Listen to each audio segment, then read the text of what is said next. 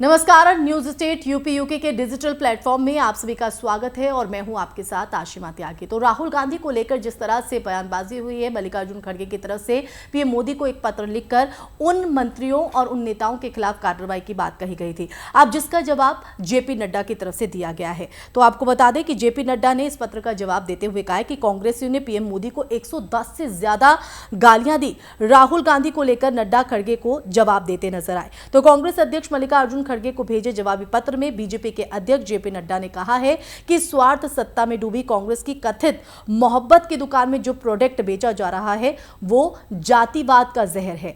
वैमनस्यता का बीज जो है वो यहां पर राष्ट्र विरोधी का मसला है और देश को तोड़ने का हथौड़ा है। तो आपको बता दें कि कांग्रेस अध्यक्ष मल्लिकार्जुन खड़गे की तरफ से पीएम मोदी को लिखे पत्र का जवाब भारतीय जनता पार्टी के अध्यक्ष जेपी नड्डा ने दिया है।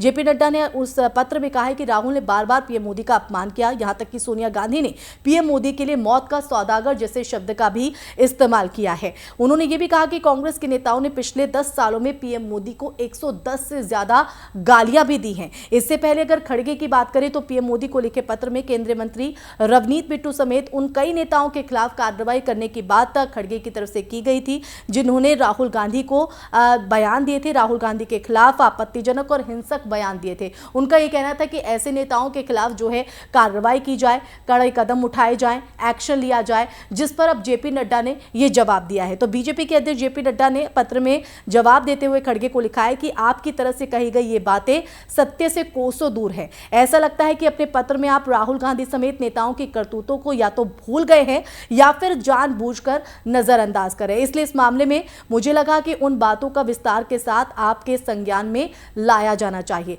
तो राहुल गांधी ने पीएम मोदी को चोर कहा, यह भी नड्डा ने अपने इस पत्र में जिक्र किया है और कहीं ना कहीं मानहानि का केस भी जो है वो राहुल गांधी को झेलना पड़ा था। तो नड्डा जो है उन्होंने पत्र में यह भी लिखा है कि आपकी तरफ से भेजे गए पत्र में जिस तरीके से राहुल गांधी को लेकर बात कही गई है, इसलिए मैं उसी से अपनी बात शुरू करूंगा। जिस व्यक्ति का इतिहास ही देश में पीएम समेत पूरी ओबीसी समुदाय को चोर कहकर गाली देने वाला रहा हो, पीएम के लिए अत्यंत अमर्यादित शब्दों का इस्तेमाल करने वाला रहा हो, जिसने संसद में पीएम को डंडे से पीटने की बात कही हो, जिसकी धृष्ट मानसिकता से पूरा देश वाकिफ हो, उन राहुल गांधी को सही ठहराने की कोशिश आपकी किस मजबूरी के तहत आप कर रहे हैं, यह सवाल कहीं ना कहीं नड्डा ने किया है। तो सोनिया ने भी मौत के सौदागर का जो इस्तेमाल किया था, जो शब्द यहां पर जो है बोले गए थे सोनिया गांधी की तरफ से, उसका भी जिक्र यहां पर जेपी नड्डा ने किया है। तो बता दें कि पीएम मोदी के लिए मौत का सौदागर शब्द का इस्तेमाल सोनिया गांधी ने किया था। इस तरह के शर्मनाक बयानों का